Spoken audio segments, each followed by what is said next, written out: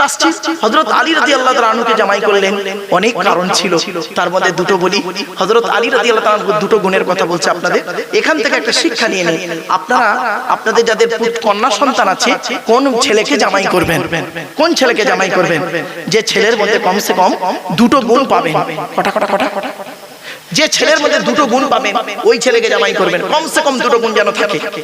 আর দু নাম্বার হলো কোন মেয়েকে বৌমা করবেন, যে মেয়ের মধ্যে 6টা গুণ পাবেন। কোরআনে আছে কটা গুণ?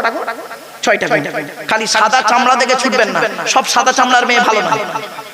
আবার একলা বাপের একটা ছেলে দেখে ছুটবেন না, সব আবার একলা বাপের একটা ছেলে সমান সমান। চলুন আগে কোনটা বলবো, ছেলেদের না মেয়েদের? ছেলেদের। চলুন আগে ছেলেদেরই হোক। ছেলেদের কটা গুণ বলেছি? দুটো। এক নাম্বার ছেলেটি সৎ ছেলে কিনা খবর নেবে। সৎ শব্দটার ব্যাখ্যা আমি প্রথম থেকেই করে আসছি, মনে আছে? দুই ঠোঁটের মাঝখানে, দুই ডানের মাঝখানে। বাড়ি থেকে ভাব। এক নাম্বার ছেলেটি সৎ ছেলে কিনা খবর নেবেন। দুই নাম্বার ছেলেটি কর্মী কিনা খবর নেবেন। কর্মী বোঝে ভাষাটা? কর্মী, কর্মী মানে পরিশ্রম, কুড়ে নয়। বাবা, আমার একটা বাস্তব অভিজ্ঞতা বলছি। আমার এক বন্ধু কলেজের প্রফেসর, একসঙ্গে পড়তাম, তো ও করেছে করে একটি মাত্র মেয়ে। তো আমাকে বলছে, মারুফ ভাই, আমার মেয়ের বিয়েতে তোকে এই দিন ধার্যের দিন আসতেই হবে আর বিয়েতে থাকতেই হবে। বন্ধু হয়, তা আমি যেদিন ফাইনাল দিন হয় ওদিন গিয়েছি। যাবার পর আমাকে বলছে, ভাই এই ছেলের তরফের লোকেরা ওই ঘরে বসে আছে, তুমি যাও। তা আমি গিয়ে, ওরা আমাকে চেনে না, বুঝতে পারে না প্রথম। তা আমি গিয়ে বলছি, আসসালামু আলাইকুম। ওয়ালাইকুম আসসালাম। আমি বসেছি, তা আমি পাশের একজন লোককে বলছি, দাড়িওয়ালা লোককে বলছি, ভাই ছেলে কি করে? আচ্ছা ভাই, এই কথাটা কি বলা আমার বড় অপরাধ হয়েছে? হ্যাঁ, কি উত্তর এলো শুনলেন? কি বললো লোকটা? ছেলের খালু হাফেজ। ছেলে কি করে বলে ছেলের খালু হাফেজ। ছেলের খালু হাফেজ তোর বাপের কি? ছেলে কি সেটা বললাম। বাস্তব অভিজ্ঞতা দিলাম আপনাদেরকে। চলো কোন মেয়েকে বৌমা করবেন, যে মেয়ের মধ্যে 6টা গুণ পাবেন। মা বোনেরা ভালো করে শুনে নিন, এইবার মা বোনেরা রেগে বারুদ হয়ে যাবে আমার উপরে, কিন্তু কিছু করার নেই। কথাগুলো বলতে হবে, না বললে আবার আমাকে ধরবে কিয়ামতের মাঠে। যে মেয়ের মধ্যে 6টা গুণ পাবেন। কটা? 6টা গুণ। কি কি কোরআন বলছে? মুসলিমাতিন, মুমিনাতিন, কানিতাতিন, তাইবাতিন, আবিদাতিন, সাইহাতিন, সাইয়িবাতিন ওয়া আবকারা। 28 নম্বর পারার 19 নম্বর পৃষ্ঠার 11 নম্বর লাইন, সূরার নাম সূরা তাহরীমের 5 নম্বর আয়াত। এক নাম্বার মেয়েটি মুসলমান কিনা খবর নেবে। দুই নাম্বার মেয়েটি বিশ্বাসী মুমিনা মেয়ে কিনা খবর নেবে। তিন নাম্বারটা খুব ইম্পর্টেন্ট, কি জানেন? কানিতাতিন, আনুগত্যশীলা মেয়ে কিনা খবর নেবে। দূর থেকে খবর নিয়ে দেখবেন ওই মেয়েটি ওর বাপ আর মাকে ভক্তি শ্রদ্ধা করে কিনা খবর নেবেন। দূর থেকে খবর নিয়ে সঠিক তথ্য যদি পেয়ে যান মেয়েটি ওর বাপ আর মাকে ভক্তি শ্রদ্ধা করে না, ও যত সুন্দরী মেয়ে হোক আর যত জ্ঞানী লোকের মেয়ে হোক, খবরদার ওই মেয়েকে জীবনে কোনোদিনই বৌমা করো না। ও নিজের বাম্মাকে ভক্তি শ্রদ্ধা করে না, তোমার বাম্মার পাতে সহজে এক থালা ভাত দিতে চাইবে না। বাস্তবটাই বললাম, মনে রাখবেন। বর্তমান সময়ে বেশিরভাগ মেয়ের সংসার নষ্ট হয় মেয়ের মায়ের কান ভাঙানিতে। ঠিক না ঠিক? বেশিরভাগ মেয়ের সংসার নষ্ট হয় মেয়ের মায়ের কান ভাঙানিতে। যে মেয়ের মা যত বেশি চালাক, যে মেয়ের মা যত বেশি চালাক, ওই মেয়ের কপালে তত তাড়াতাড়ি তলা। অসুবিধা না, বাস্তব বলছি। নারী জাতির পৃথিবীতে শত্রু হলো দুটো। কটা কটা কটা কটা? দুটো শত্রু। এক নম্বর শত্রুর নাম শুনুন। নারী জাতির এক নম্বর শত্রুর নাম হলো সতীন। সতীন কি বললাম? সতীন হলো নারী জাতির চরম শত্রু। কিরকম শত্রু দেখবেন? নারীদের বুদ্ধি দেখুন, নারীদের বুদ্ধি কিরকম। নারী জাতির সতীন কিরকম শত্রু দেখুন, বুদ্ধি নারীর কিরকম দেখুন। স্বামী মরে যায় যাক, স্বামী মরে যায় যাক, সতীন তো বিধবা হলো, ও নিজে যে বিধবা হয়ে গেছে খেয়াল। নারী জাতির আরেকটা শত্রুর নাম বলছি, শুনে নিন। এটা কোন খানা ভাই? হাসনাবাদ। নারী জাতির আরেকটা শত্রুর নাম হলো ননদ। ননদ। ননদ কাকে বলে? স্বামীর বোন ননদ। এই জন্য আপনাদের বলে যাচ্ছি বাবা, বোনকে যখন কিছু দেবেন, ছোলা চিনি জামা কাপড় টাকা পয়সা দেবেন, বউকে না যাইনে দেওয়াটাই উত্তম। আর এ বোকারা বউ পাগলা বিবির গোলা, বোনকে একটা শাড়ি দিচ্ছে বউকে জানিয়ে, জানো সোনা এইটা বোনকে দিচ্ছি, ওর কলজো ফেটে যাবে। ঠিক না বেটা? বাস্তবটাই বললাম। আচ্ছা শোনেন, রাগ করবেন না কেউ। কেনই বা আপনি আপনার বইয়ের অনুমতি নেবেন না? আপনার বইয়ের অনুমতি আপনাকে নিতেই হবে, নিতেই হবে আপনাকে। কেন নেবেন? মনে আছে বাসর রাতে, ফুলসজ্জার রাতে, গভীর রাতে যখন বইয়ের ঘরে ঢুকেছিলেন, মাথা হেঁট করে মনে মনে কি বলেছিলেন? 50,000 টাকা ইয়াম্মা গাড়ি 5 ভরি সোনার বিনিময়ে আজ থেকে তোমার বাপের কেনা চাকর গোলাম হইয়া গেলাম। তুমি যাহাই বলিবে তাহাই শুনিব। গন্ডগোল যদি করি মানিতে দ্বিধাবোধ করিবে না। তোমার বিরুদ্ধে যদি কোনোদিন কোনো গন্ডগোল করিয়া থাকি, হাসনাবাদ থানায় কেস দিয়া, বধূ নির্যাতন কেস দিয়া, আমার বাপ আর মাকে জেল খাটাইয়া লকবে ঢুকাইয়া আমার খেলা দিবে। হয়েছে হয়েছে বাবা? অসুবিধা হচ্ছে আপনাদের? আর একটু হবে না? বন্ধ করে দেবো? কে বলেছে মুরব্বীদের মুখে হাসি ফুটে গেছে? চলে চলে চলে, আমি একটু মাঝে মাঝে একটু হাসি চলে কথা বলি। কেন জানেন? আমি দেখেছি আগে এগুলো বলতাম না, এই লাস্টে চ্যাংড়া যুবক ছেলেগুলো এইসব শুনলে খুব মজা পায়, আর শ্রোতা একদম চনমানে ভাব এসে যায়। চলেন বাবা, রাগ করবেন না, চলুন। এবার আসছি আপনার আমার বাড়িতে, মা বোনেরা শুনে নিন, আপনার আমার বাড়িতে কয় শ্রেণীর মেয়ে আছে বলতে পারেন? 4 শ্রেণীর মেয়ে। কয় শ্রেণী? কে কে? মা, বোন, মেয়ে, বউ। ঠিক না বেটি? মা, বোন, মেয়ে, বউ। এখন এই 4 শ্রেণীর মেয়ে ছেলে জান্নাতি না জাহান্নামী কি করে আপনারা বুঝবেন? বলুন। আল্লাহর নবীর কয়েকটা হাদিস বলছি, এই হাদিসগুলো শুনে নিন।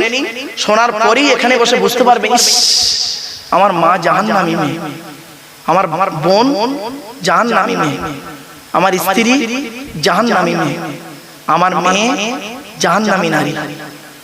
কটা হাদিস বলছি শুনুন। আল্লাহর নবী বললেন, ওই সমস্ত মেয়েরা হবে জাহান্নামী যে মেয়ে ছেলে তার স্বামীর সঙ্গে যখন কথা বলে, মেজাজ দিয়ে কথা বলে, কর্কশ ভাষায় যে নারী তার স্বামীর সঙ্গে কথা বলে, ওই নারী যত নামাজ পড়ুক, রোজা রাখুক, হজ করুক, ওই নারী হলো জাহান্নামী নারী।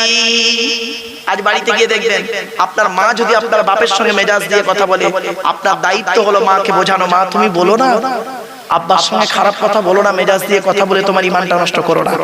আপনার বোন যদি বোনাইয়ের সঙ্গে, দুলাভাইয়ের সঙ্গে মেজাজ দিয়ে কথা বলে, আপনার দায়িত্ব, আপনি মানুষের চামড়া ভাই হয়ে যদি থাকেন, মানুষের চামড়া ভাই যদি হয়ে থাকেন, তাহলে আপনি বলবেন বোনকে হাঁকার মেরে, স্বামীর সঙ্গে কিভাবে কথা বলতে হয় জানিস না? আপনার মেয়ে যদি এরকম কাজ করে, জামাইয়ের সঙ্গে মেজাজ দিয়ে কথা বলে, আপনি যদি সত্যিকারের মানুষের চামড়া বাপ হয়ে থাকেন, মানুষের চামড়া বাপ যদি হয়ে থাকেন, নিজের মেয়েকে বলবেন, এই স্বামীর সঙ্গে কিভাবে কথা বলতে হয় জানিস না? সেটা করেন না। আরো কি করেন? মেয়ের পক্ষ নিয়ে স্বামী জামাইয়ের বিরুদ্ধে হাসনাবাদ থানায় বধূ নির্যাতন কেস করেছে। লজ্জা করে না আপনাকে? ভাববেন বাড়ি থেকে, আমার বক্তব্যগুলো বাড়ি থেকে চিন্তা করবেন। 1 নাম্বার হলো ওই নারী জাহান্নামী যে নারী তার স্বামীর সঙ্গে কথা বলে, মেজাজ দিয়ে কথা বলে। 2 নাম্বার হলো ওই নারী জাহান্নামী যে নারী স্বামীর দুর্নাম বদনাম অন্যের কাছে করে বেড়ায়। 3 নাম্বার ওই নারী জাহান্নামী যে নারী স্বামী থাকা সত্ত্বেও অন্য ছেলের সঙ্গে পরকীয়ায় লিপ্ত হয়। 4 নাম্বার হলো ওই নারী জাহান্নামী যে নারী স্বামীর পরিবারের সঙ্গে খারাপ আচরণ করে, স্বামীর পরিবারের সঙ্গে খারাপ আচরণ করে, অর্থাৎ স্বামীর বাপ, স্বামীর মা, স্বামীর ভাই, স্বামীর বোন, স্বামীর আত্মীয়ের সঙ্গে যে নারী খারাপ আচরণ করে, ও নারী যত নামাজ পড়ুক, রোজা রাখুক, হজ করুক, জাহান্নামী জাহান্নামী জাহান্নামী। অনেক মেয়ে ছেলে আছে দেখবেন স্বামীকে খুব ভক্তি শ্রদ্ধা করে, স্বামীর বাম্মার দেখতে পারেন। এরপরে আসছে ওই নারীর প্রতি আল্লাহর গজব যে নারী বিনা কারণে স্বামীর বিছানা ছেড়ে দিয়ে অন্য বিছানায় ঘুমায়, স্বামীর বিছানা ছেড়ে দিয়ে অন্য বিছানায় রাত কাটায়। এই ধরনের মেয়েদের বয়স হলো 45, 50, 60, 65 এইরকম বয়স। স্বামীর খবর রাখে না, ও নাতিকে নিয়ে কি করে? তাহাজ্জুদের নামাজ পড়ে, আর স্বামী খাচ্ছে কি, বুড়ো খাচ্ছে কি, মরছে, এ খবর ওর নেই। তো তাহাজ্জুদ কবুল হবে না। এরপরে আসছে ওই নারীর প্রতি আল্লাহর গজব, যে নারী তার স্বামীকে বলে, যে নারী তার স্বামীকে বলে তোমার সঙ্গে বিয়ে হয়ে আমার জীবন নষ্ট হয়ে গেছে। অনেক মেয়ে ছেলে আছে বলে দেখবেন স্বামীকে, তোমার পাল্লায় পড়ে আমার জীবন নষ্ট হয়ে গেছে। আমার মতো মেয়ে বলে তুমি বেঁচে গেলে অন্য কেউ হলে বুঝতে পারতে, তোমার সঙ্গে বিয়ে হওয়ার আগে আমাকে কত মাস্টার, ডাক্তার, ইঞ্জিনিয়ার, প্রফেসর বিয়ে করতে এসেছিল, আমার বাপ ভালো মানুষ বলে ওখানে দেয়নি। এ ভাই দেবে কি করে? তুই তো 9 ক্লাস কম মাধ্যমিক পাস, তা তোকে বিয়ে দেবে? রাগ করবেন না ভাই, বাস্তবটাই বললাম, আমি ভাবি বলে বিয়ে করেছি, রাগ করবেন না। চলুন এগিয়ে যাচ্ছি।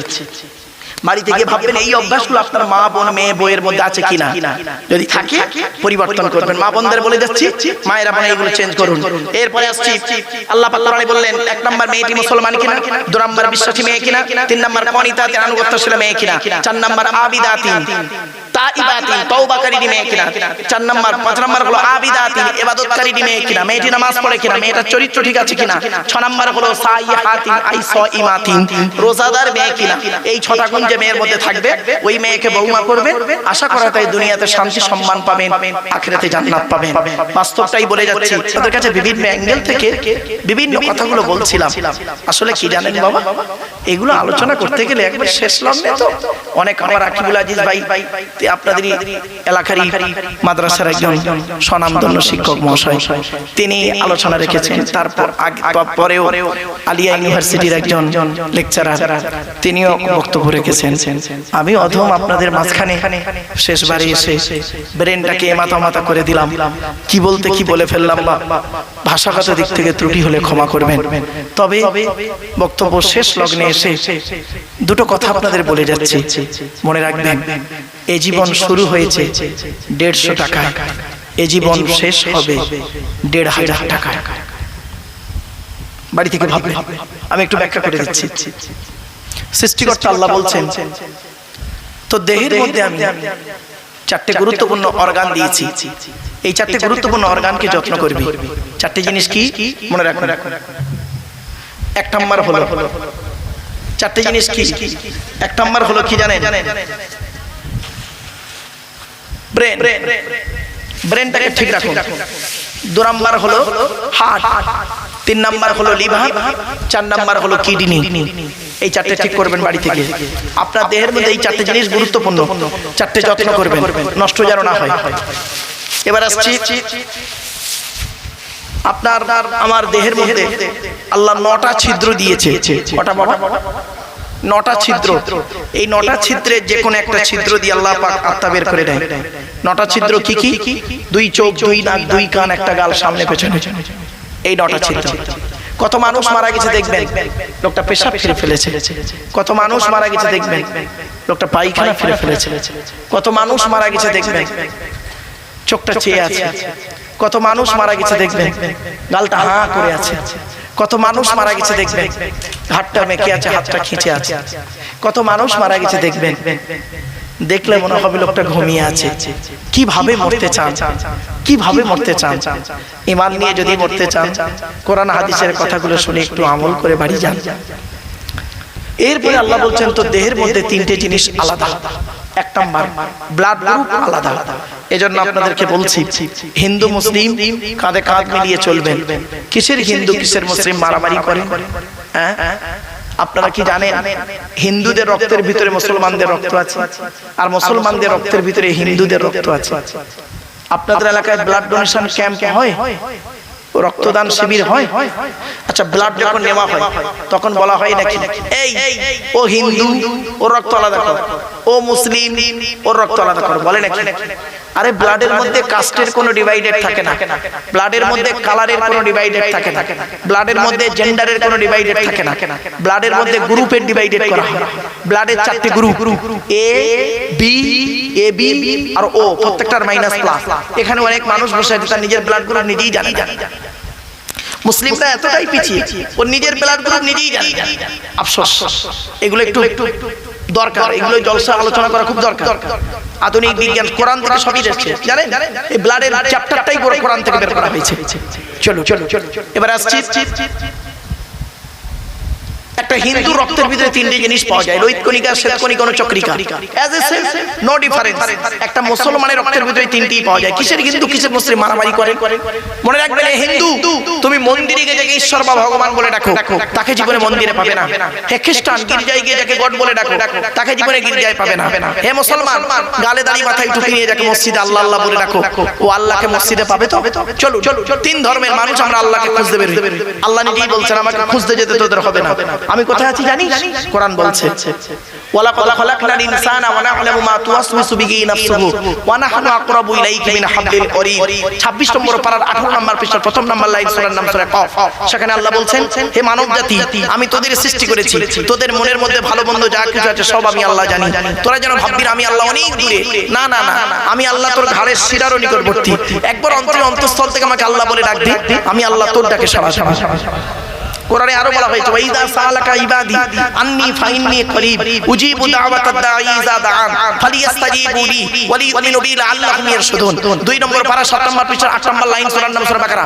সেখানে বলা হয়েছে কি, নবী তুমি বলে দাও, বান্দারা যখন আমার প্রসঙ্গে তোমাকে জিজ্ঞাসা করবে, খালি তুমি বলে দাও আন্নী ফাইন্নী করিব, আমি আল্লাহ বান্দার খুবই নিকটে আছি।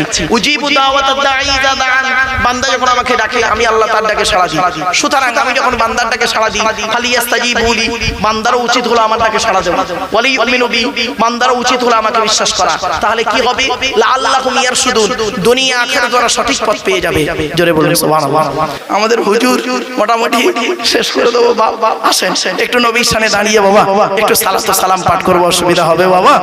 হ্যাঁ চলুন, ইয়া নবী।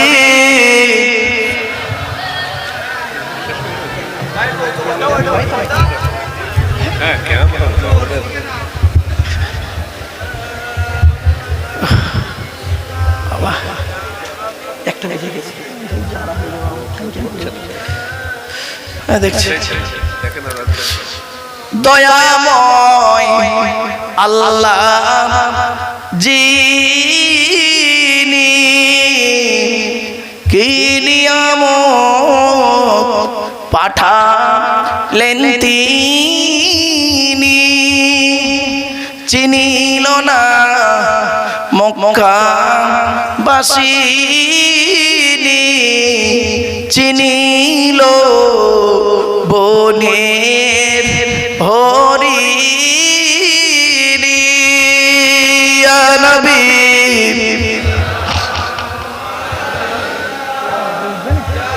ওটা গরম হচ্ছে। ইয়া হাবিব সালাম,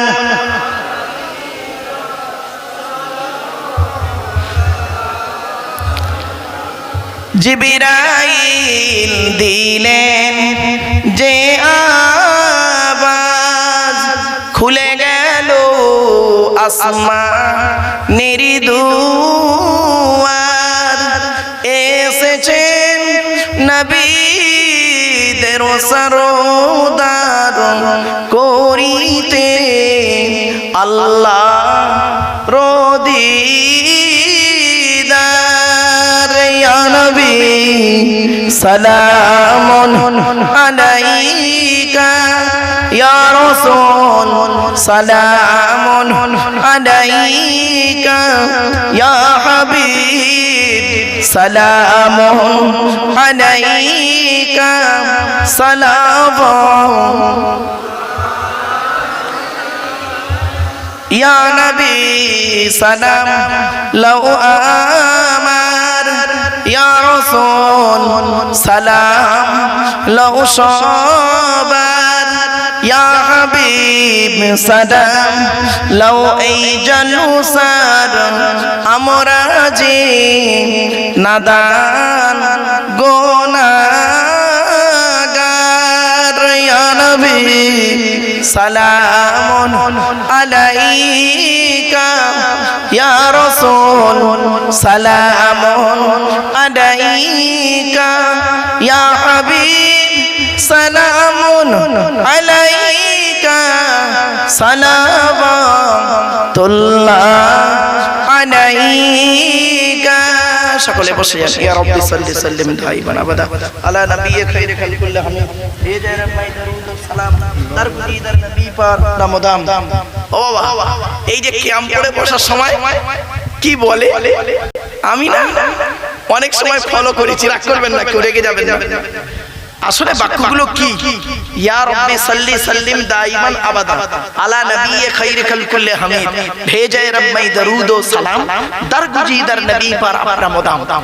বাবা তোর এটা মুখস্থ নেই, বলতে হবে না, তো ওইভাবে বলার কি দরকার? ইয়া রাব্বি সাল্লি সাল্লাম বালাগাল উলা আদৌ কিছু খবরদার বলবেন না। জানা থাকলে বলবেন, না জানা থাকলে চুপ করে বসে যাবেন, এটাই হচ্ছে উত্তম জিনিস। চলো আমার বাপেরা, এতক্ষণ